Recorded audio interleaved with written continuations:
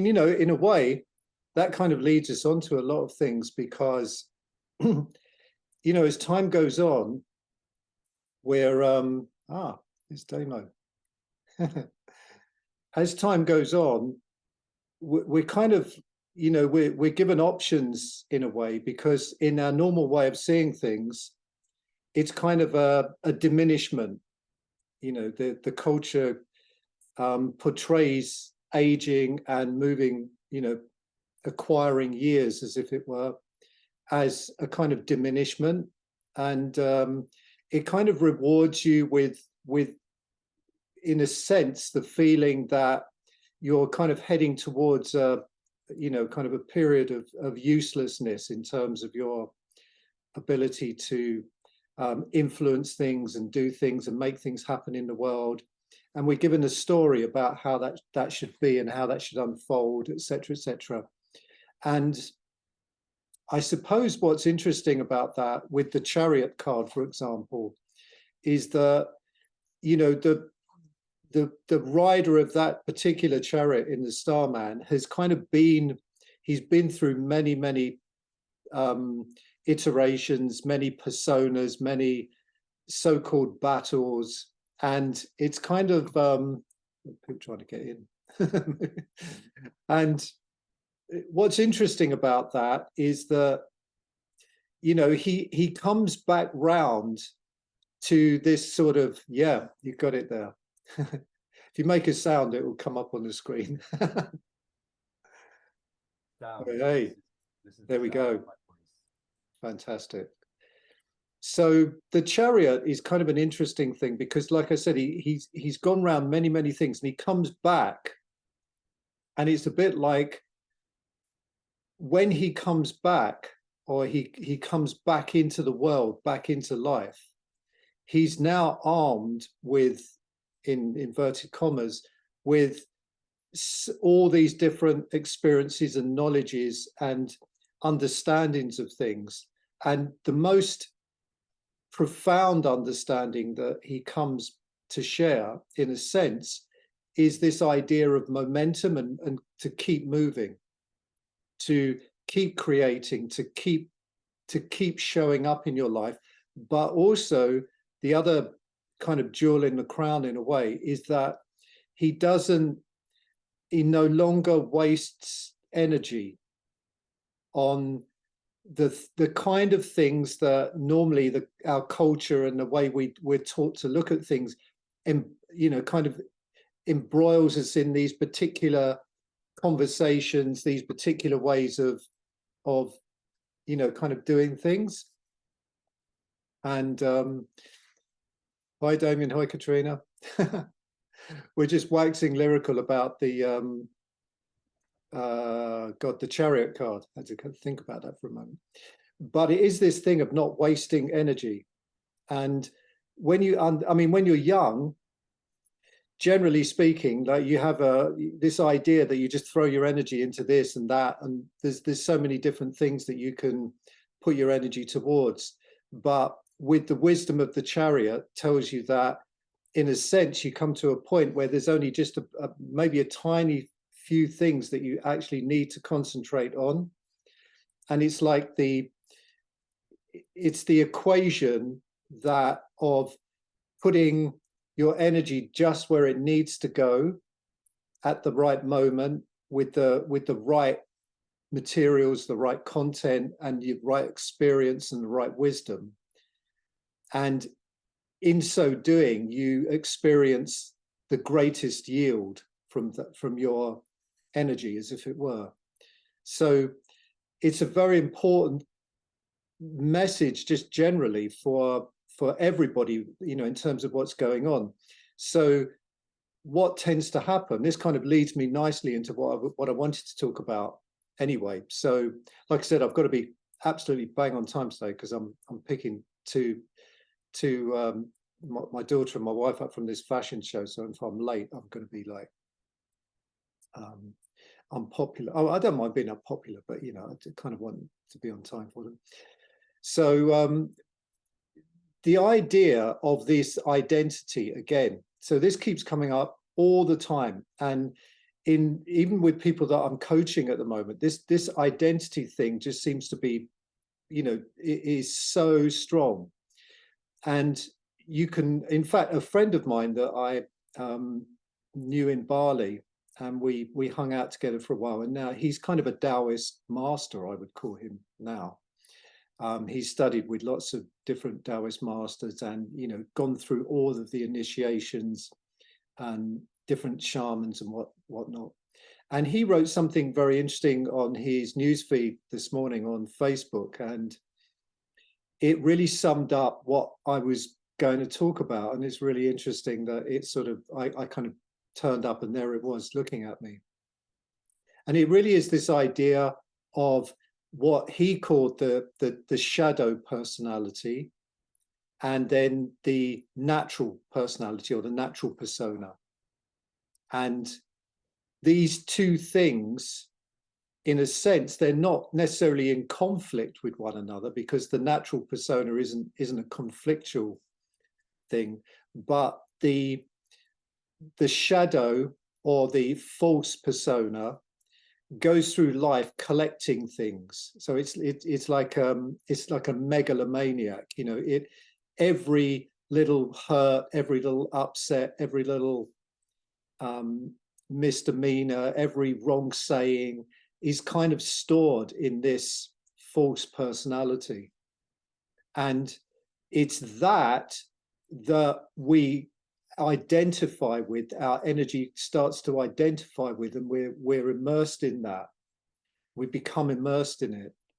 And with that loss of our original persona, our original being, we become this shadow of what is possible. And this shadow is made up of all of the cultural assumptions, all of, like I said, all of the little hurts and grievances that took place along the way of our growing up, our ancestral things that passed down from grandparents to parents to children.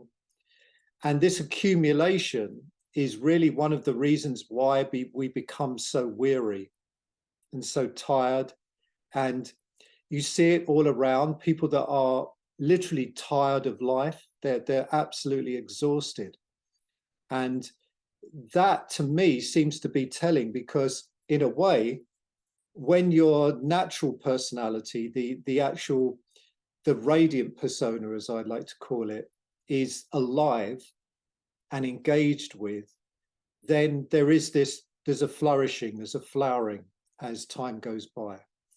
And this thing with the chariot, where you start to become very discerning of where your energy needs to go.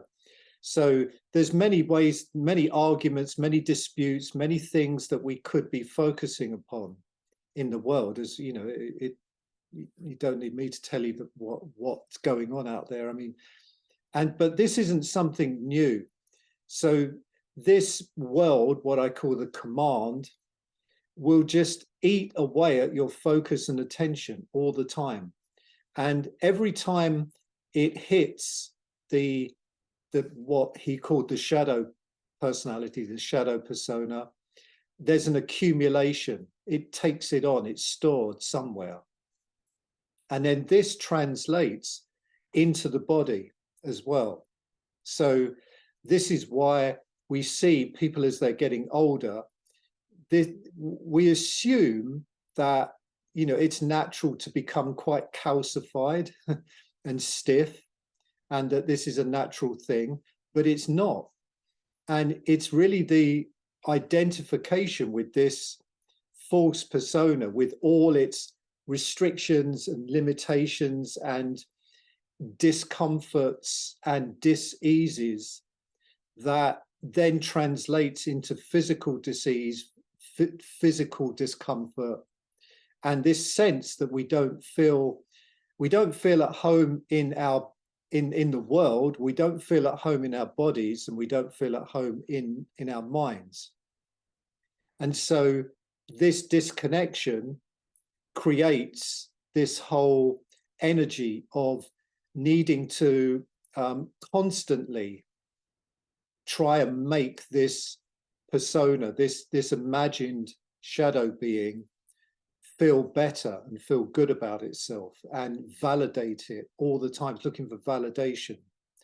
So we arrive at a point where the accumulation over years and years and years becomes so great and is translated into the body, and that creates this stereotypical way that we're literally educated into growing older and weaker and less able to deliver something of real meaning and gravitas to the world.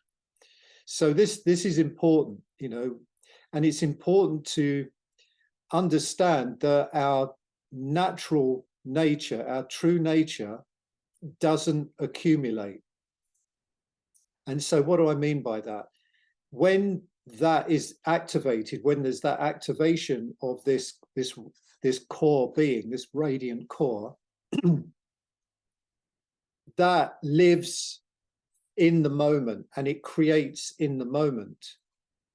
So it's not like it's always projecting into the future, worrying about the future, and then worrying about the past, and never in the present moment. The radiant persona, your natural persona, is in present moment. It is the present. And within all of that, when you start to live from that, when that is activated and engaged in the ways that I've shared, and, like, you know, I won't keep sharing that because otherwise you can go back and look at the other videos, or you can go on my website and download it. I'm sure you've all done that. But it's when that's activated, you then effectively switch over to what I call a radiant human operating system. So you're referencing from that rather than the shadow persona. Now, interestingly, the shadow persona, you'd think once it's kind of seen through it, well, here's the deal.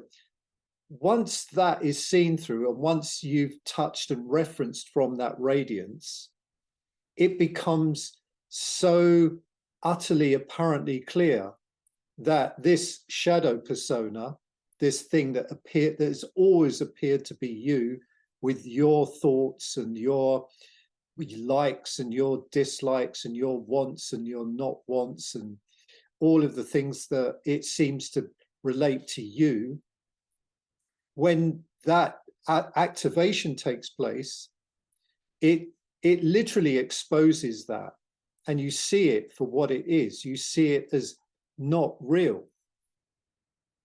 Now, you'd think that once it's been seen through, then it would go away, but it doesn't seem to. I mean, for some people, it does seem to kind of go away, and you might say that they are enlightened masters. And in that, there's this sense that they only ever reference from that radiant core. Now, I don't profess to be in that particular state. What I would say is that since this seeing has taken place, the shadow self, or the false self, or the command personality, is totally seen through. So these thoughts of kind of not good enough, I haven't done this, I should have done that, all the shoulds and the shouldn'ts and all of those kind of things, they still come up, but I see immediately through them. And the other thing that becomes apparent is that this idea of thinking, and I would say that most people actually don't think, you know, they are immersed in this automatic system that just churns out thoughts, and they think that those thoughts are their thoughts. And obviously, if you say to someone, well, look, if they're your thoughts, then stop thinking, and of course that's the classic one that nobody can seem to do. But what becomes also apparent is that real thought, or thought, natural thought, I should say, has a different quality about it. The actual quality, you can really think. And those thoughts that come from that have a use, that they're really useful. But not only are they useful, but there's a delight. They feel delightful. There's something, there's a quality to those thoughts. There is like a radiance, an illumination to those thoughts that the other thoughts, the other stream of other thoughts, the 70,000 thoughts a day, telling you that you haven't, whether you've got enough money, or you should have said that, or you didn't do that, or whatever it might be, or do I look good? Do I need to do this? Do I need to do that? All of these kind of things. And it seems as if those are so fundamental, they're so important. But also, if you've ever been through even just a very brief period where that radiant self comes about and is activated and literally comes to the forefront, there's kind of a cessation of thoughts. And it also becomes apparent that you function really, really well, and like really well, and well being the operative word, you function really well without that stream of thoughts online. You don't actually need them. Mostly they're not useful, and they are reporting. So that there's this huge reporting of everything. And you'll notice that that stream of thoughts, the shadow self thoughts, are just really reporting back. But what are they reporting, and to who? So it seems like there's someone reporting to you about what people have said, and then what you said, and then something reporting back. Well, if they said that, then maybe you should, so there's this constant exchange of a report going on. But the natural way of thinking isn't a report, it's a response. So it's purely responsive. So it stops all of the agonizing over what to do. So normally in the normal way of things, normal world way of things, we become lost in this stream of thoughts. And when we're presented with so-called choices that really aren't choices anyway, options that poses choices, then there's this kind of, we go into this kind of dialogue with the reporter, and it seems like there's this kind of constant negotiation about what we should do, and is this the right thing to do? Is it, will I? But it's always like, will I be okay? Will this benefit me? Will, how am I going to be in this situation? Whereas the natural way of thinking is so spontaneous. There's a spontaneity there. And it's like, you don't know what's going to happen, except that you can 100% rely on it. And you can rely on it to always deliver you to the next moment, the next possibility. And the next thing to do makes itself known, and then you act upon that. And after a while, even that starts to shift and move to the point where it's like you're not doing it at all. And from the normal way of things, it seems like kind of handing over the reins is almost, kind of totally diametrically against the way we're taught to live life. So we're taught that we need to be in control. You need to, they even say you need to take control of your life. I love that. When I hear that, I'm like, well, why do I need to take control of it? I'm the worst person to take control of my life, really. I'm so not management material. There's another great teacher called Paul Hederman, who used to be a junkie, and he became kind of an enlightened Zen master as well, eventually. And it's like, well, you know, he always says, look, I am not management material. You know, when he's involved in things, it ends up with alcohol and the police and all kinds of things. I'm not my kind of default personality, the shadow one, isn't quite like that, but it's still not management material. So this sense of when you activate this radiant core, the natural, it's just natural. It's nothing, it's not anything special. It's just natural. And what you realize is that our natural state is one of, it's a joyful state, but it's not like, it's not kind of like a TikTok joyful state, you know, where everything's great and everyone's, all these people doing these wonderful things and Instagram and whatever. The joy can even arise in challenges. There's a sense of being moved through life, like there's something like a river of energy that just moving you through the world, moving you through your life. And that feels radically different to trying to deal with the reporter in the head.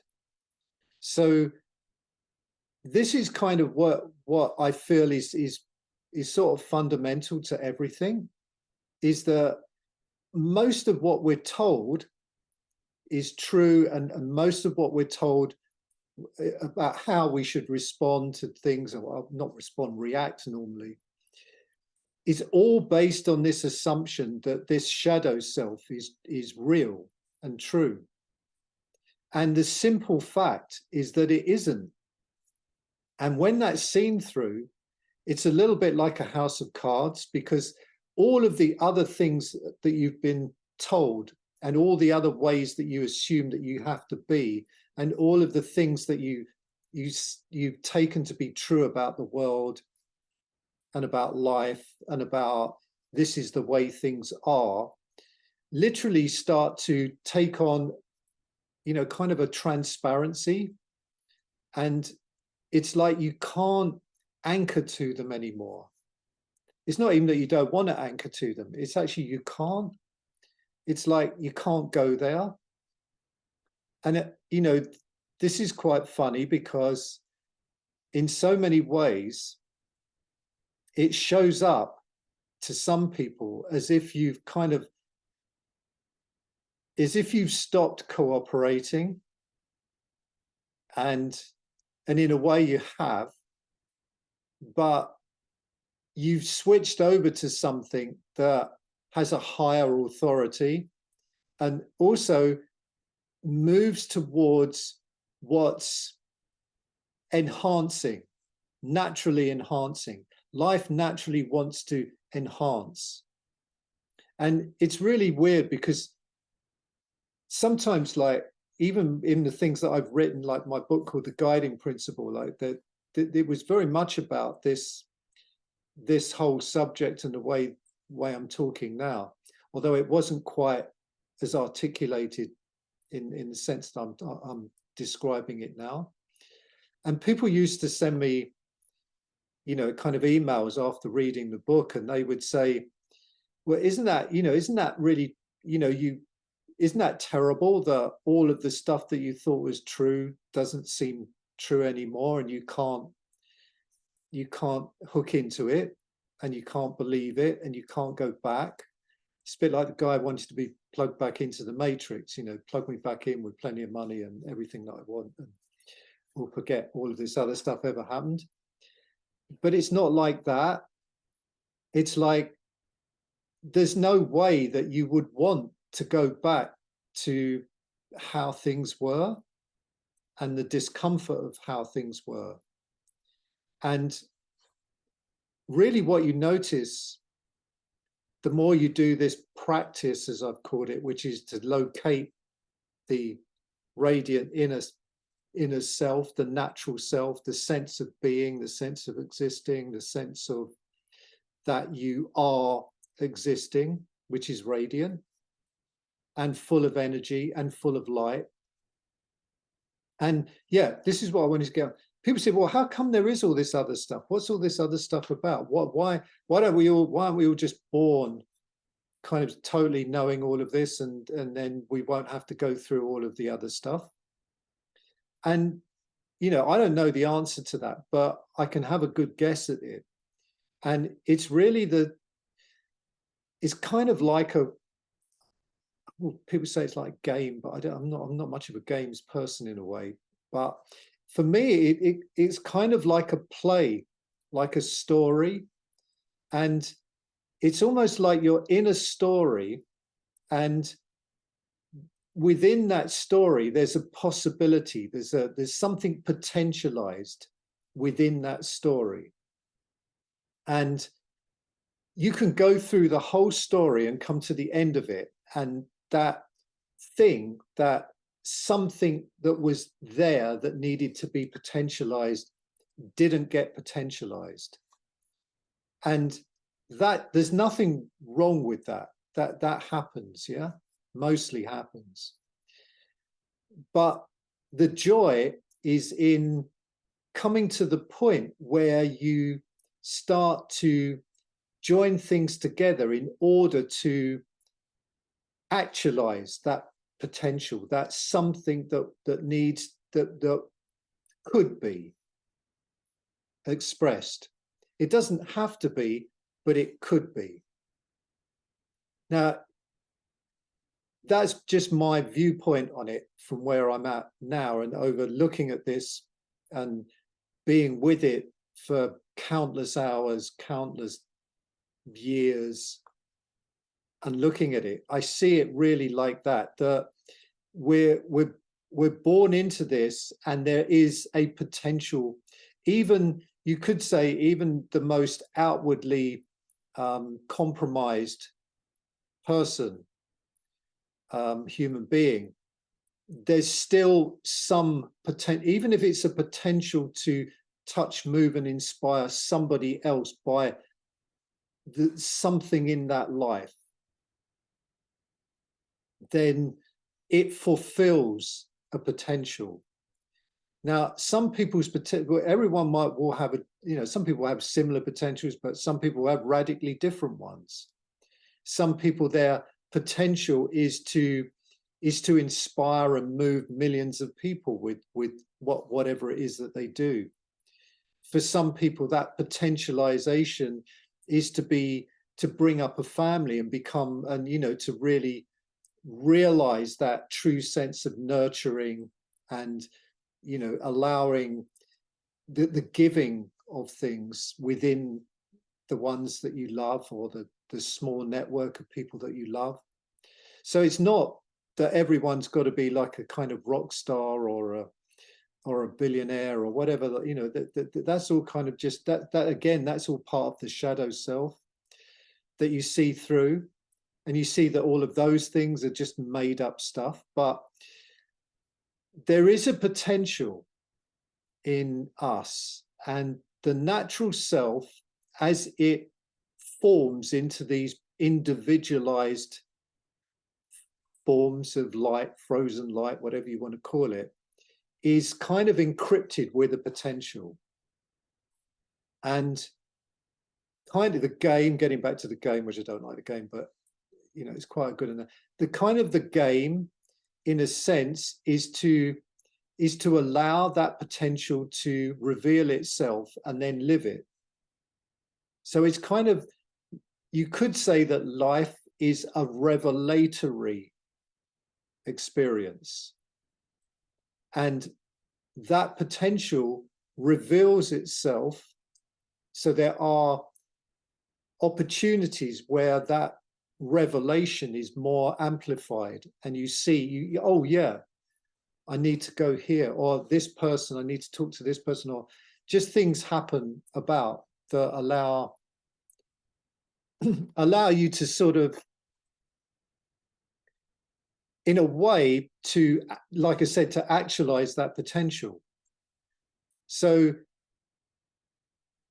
if you want to use this kind of conventional language, which I guess we have to, it's even guessing, that It is a guess because we don't have to. However, it becomes difficult to kind of communicate some of these things if we don't adhere to some convention. So the thing is that all the time we don't understand and we don't know that there's a higher possibility of being that's present and able to be lived and expressed from. All the time that remains hidden from view, then the opportunity to express that fullest potential doesn't get realized. And even people that you look out into the world and you think, wow, you know, they're rock stars or this or whatever, it doesn't necessarily mean that they've actualized that potential. Because if you know, I've had the great good fortune to kind of hang out with a lot of so-called famous people over the years through the work that I've done. And very few, I would say, feel this sense of absolute, like they are living 100% on purpose, that there's this sense that what they're expressing is coming from their deepest spirit. Now, I've come across them, but they're few.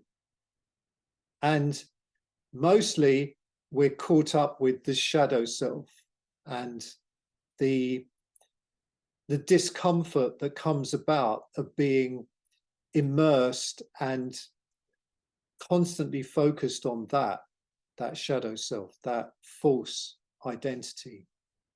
And that creates, again, the discomfort. So no matter what our outward appearance might be in terms of our so-called success in conventional terms, some of the most successful people I've ever been around have really had nothing in conventional terms, and yet they've had absolutely everything. And in a way, it's not that you stop wanting those other things, but there's a detachment from the belief that they will make you complete. So they again become things within the story that you might find interesting to explore or indulge in, or whatever you want to use that for. But there's this sense that all of these conventional stories of what we need to achieve and what we need to do and who we need to be and what constitutes success, all of those things are just seen through. And it doesn't mean that you won't get them, and it doesn't mean that you won't enjoy them when you get them, but there's no obligation on them to make you happy or fulfilled. You know that you won't be fulfilled by them.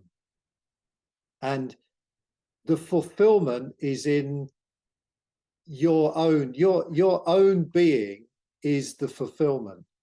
And the recognition of what is true about your being is the fulfillment. Because if you start to think about it, if you really know that the core of what you are is what I call original magic or radiance or light, then it stops you hankering after all of these other things that you think are going to connect you to that, because you're already connected to it. It's already present. It's already there. And so there's a sense that you just stop chasing those kind of things. You don't need them anymore. Now, it doesn't mean, like I said, it doesn't mean that they might not arrive. You know, good if they arrive, and you can actually enjoy them more because there's no obligation on them to make you happy. You know, and you know, like even things like spirituality and that, you know, I mean, doing anything spiritual, so to speak, some of these spiritual, I mean, they're hard enough as it is without the obligation for them to make you happy as well. So, you know, it's kind of like looking, what are we asking for? What is it that the shadow self is always after? What's it always looking for? It always wants something to make it feel complete, to feel whole. And the radiant self, the natural self, doesn't need anything. So when you're rooted in that, you don't need things. You don't need all of this stuff.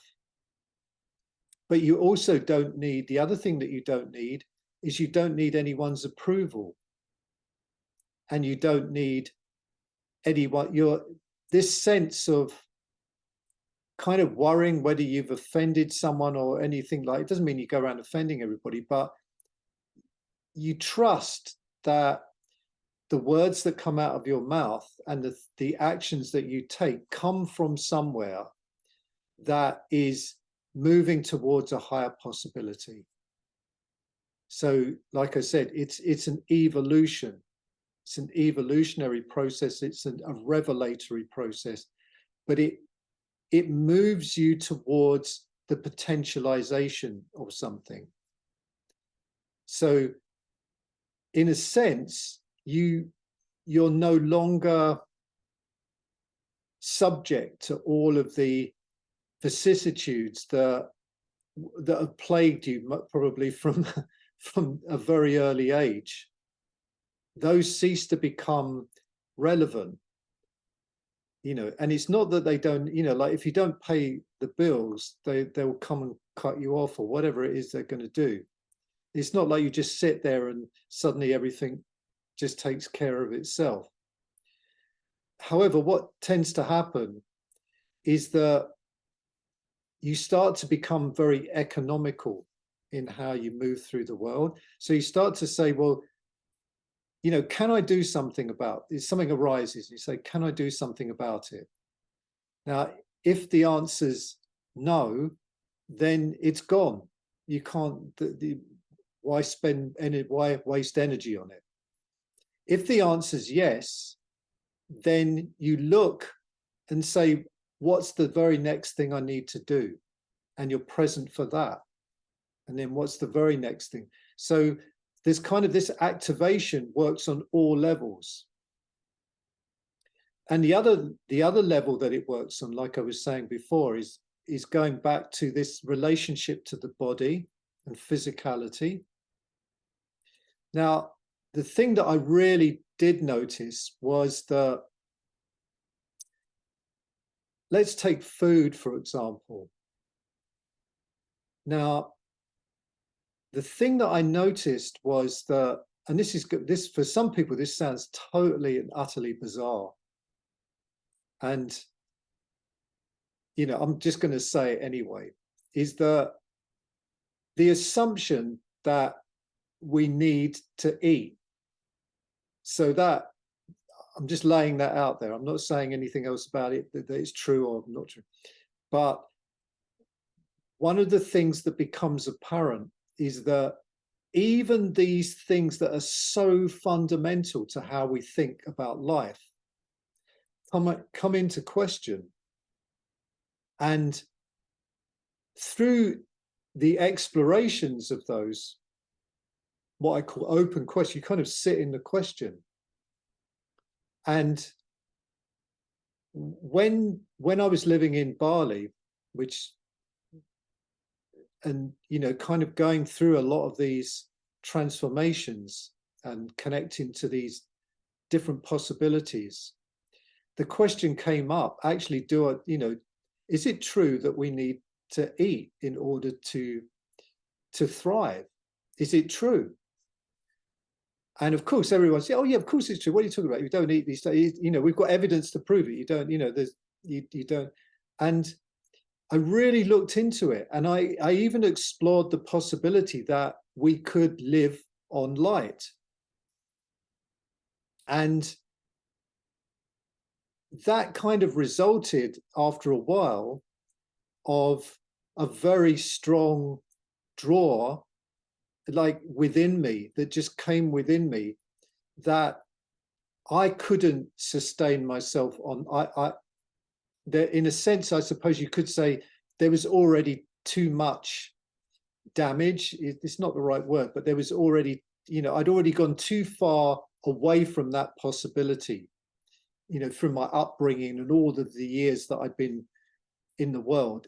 I was a long way away from that, and it would take an incredible amount of shifting and transforming and all of those things in order to reconnect with that possibility of literally being sustained by light and not needing to take in. And I did even meet people that had gone back to that original state, and often people don't believe me when I say that, but I don't say it lightly, because I do feel that they were genuine. The ones that, I mean, there was plenty that weren't, but some of the ones that I did connect with and spend time with were, I do believe, very, very genuine. And they had not had the same socialization and all of the life experiences I'd had. So the journey back to that original possibility wasn't so arduous, and there wasn't so much kind of repair that needed to be done, as if it were, just again, to use conventional ways of looking at it. But however, I did come to the point where it was almost like, I won't say like it wasn't like the voice of God or anything. It was really just this sense, very strong guiding sense with me, only to eat things with seeds. So only to eat fruits. And in doing that and coming to that possibility, I can say that I went through a period of feeling the most incredible transformation in my physicality. My eyesight, my everything just was amazing. I've never felt so amazing in my life, never. And one of the reasons, in Bali, the fruit is so fecund, so lush. And coming back to the UK, where everything's irradiated, and apples are a year old, and the soup, it was very difficult to kind of do that, other than when, in the summer when fruits are in season and you can go and pick wild berries, and I can rekindle that. However, that wasn't my point. My point was that as that natural state comes forward, it starts to move through the body and allow the body to communicate. So there's this dynamic communication between what we would call the mind and the body, which really are one and the same. And you start to be able to feel into the body and even see into the body and see where energy is blocked and see where you need to unblock energy. It starts to tell you how to move in a different way. It starts to be very specific with you about foods that will enrich and enliven you and vitalize you, and move you away from things that really won't do that. And and it's not always just the obvious things like KFC. I mean, that's pretty obvious, but it might even be just, I don't know, sour things or whatever. I don't know. Everyone's got their own path through it. But engaging in this process, this guiding light activation process, it brings something to life within you. And once that's alive within you, then there's a trust in that isn't there in the shadow self. Because the shadow self, everything's always, like I said, this report back, everything's always, there's questions, but there's always this doubt, this kind of niggling doubt through everything. That is kind of the thread that runs through everything, that's woven into everything, is this kind of niggling doubt. And the radiant self it's got a real certainty to it, and when it guides you, it's like there's a trust there that just isn't present in the other way of showing up in the world. And this trust is, it's kind of, it's not even like, it's difficult to describe. It's not even like saying, oh, well, I trust that person, they tell me the truth. It's a trust that's an energetic trust, and there's an energy there. There's something that actually is present, and it's so present, and it's so there for the upliftment and enrichment of your existence, that it's unquestionable in terms of, is this going to do me any good? And to begin with, you might say, oh, you know, that the mind kicks in, and the shadow self kicks in, and the command self kicks in, and starts to question it. And then after a while, you hear the little pipsqueak voice, and you think, oh, there's no need to reference from that anymore, because this is so much more. And just even on that physical thing of saying, just eat things with seeds, just eat fruits, was, I could see that there was something so amazing within that, just that thing in and of itself. And even some of the movements, it would guide me into certain movements. And one of the movements that it kept coming through in things was kind of like this infinity movement, like the infinity symbol. And that led me to doing things with ropes and moving ropes in this. So you know, this idea that the body's in this kind of infinity symbol movements, not the rigid movements. I think we spoke about this in the last call. So it's kind of like I'm selling you the package, the package that's got no price on it except your own. The price is just really to do it. That's the price, you know, that's the cost, is doing it. And whatever that might be for you, I don't know. But it seems that it's too bloody simple and too good to be true.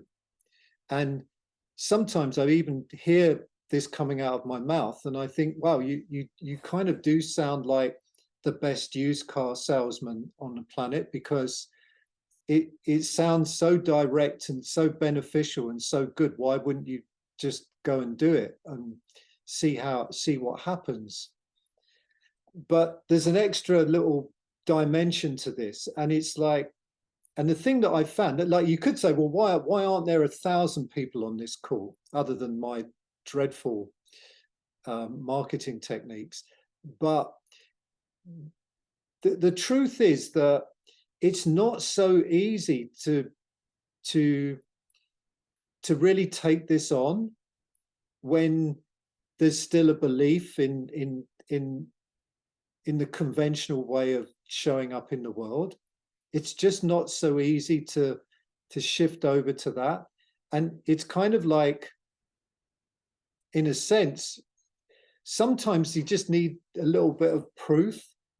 You know, he's saying this like me, I'm saying this to you, but is it actually landing? Is it working? Are you doing it? Are you experimenting with this? Is there, you know, it's kind of just words if I'm saying it, but if you go and do this stuff and you start to notice these things, so the road in can be as simple. I mean, even if you just didn't do the activation thing that I share, even if you didn't do that, but the next time you're about to jump into even saying something to someone, there's just this kind of little pause of thinking. It sort of goes like, oh, where is that going? And you can kind of start to see the conversations that are kind of dead alleyways with a brick wall at the end of it. And then you start to say, okay, well, if I say this, then I'm going to take one step down that road, that alleyway. And then if I say the next thing, I'm going to take even further down, and then even further, and then I'm going to end up just banging my head against the wall at the bottom. And so these things start to show up, and a lot of the like I said, a lot of the things that you've taken to be true turn out to be assumptions, and they turn out to be assumptions that are not even your assumptions, and they're not even your thoughts, and they're not even your wants, and they're not even your needs, and they're not even what you, they're actually, so much of what goes on in that command self, the shadow self, has nothing to do with you at all. In fact, some may go as far as say that none of it has anything to do with you.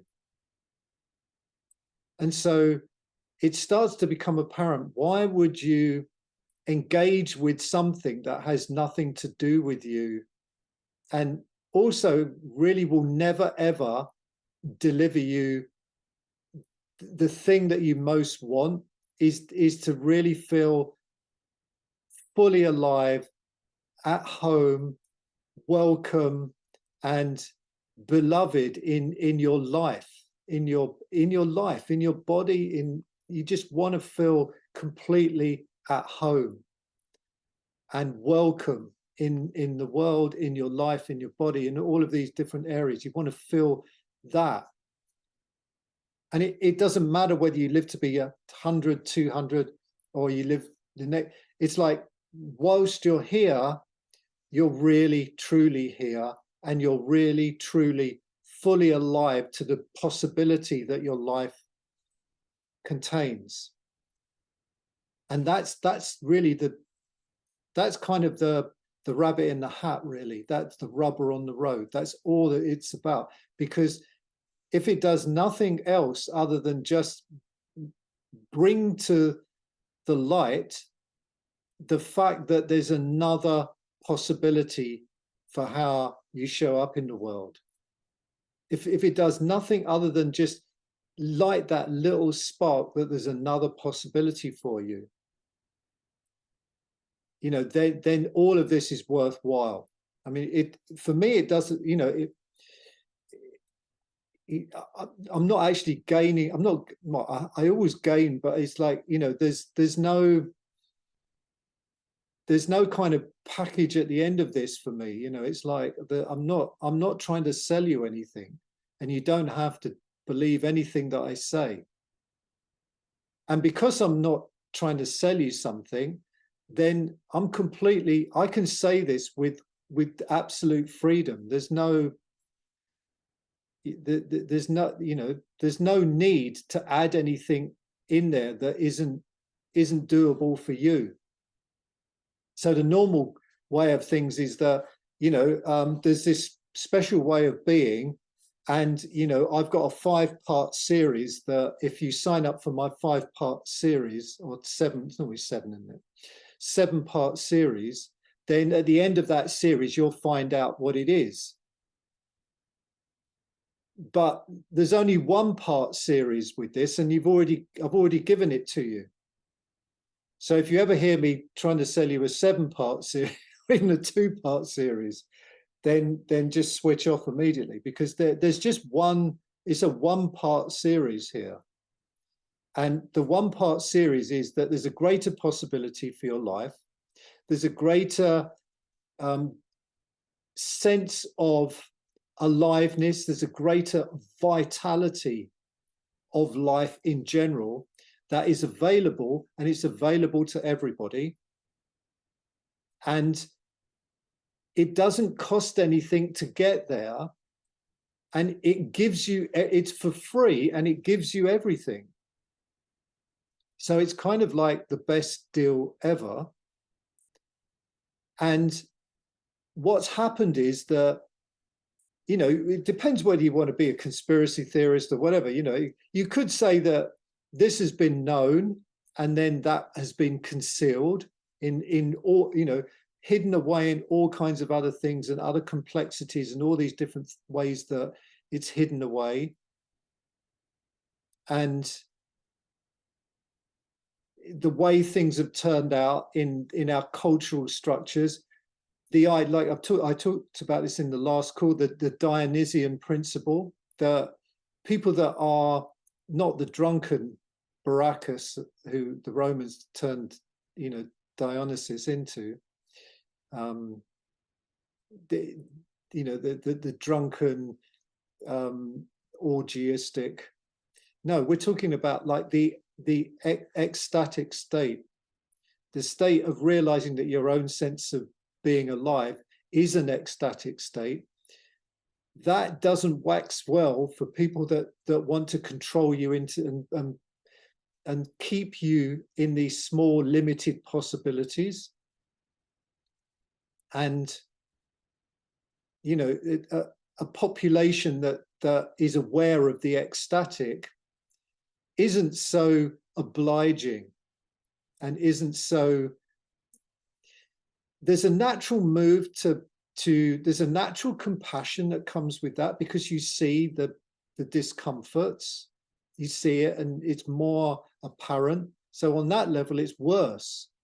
You really feel things. You really sense the misery and the suffering. You get it full on, unfiltered.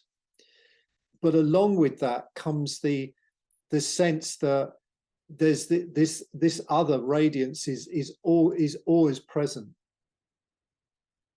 And so, yeah, that's it really. I mean, there's nothing else that really needs to be said in terms of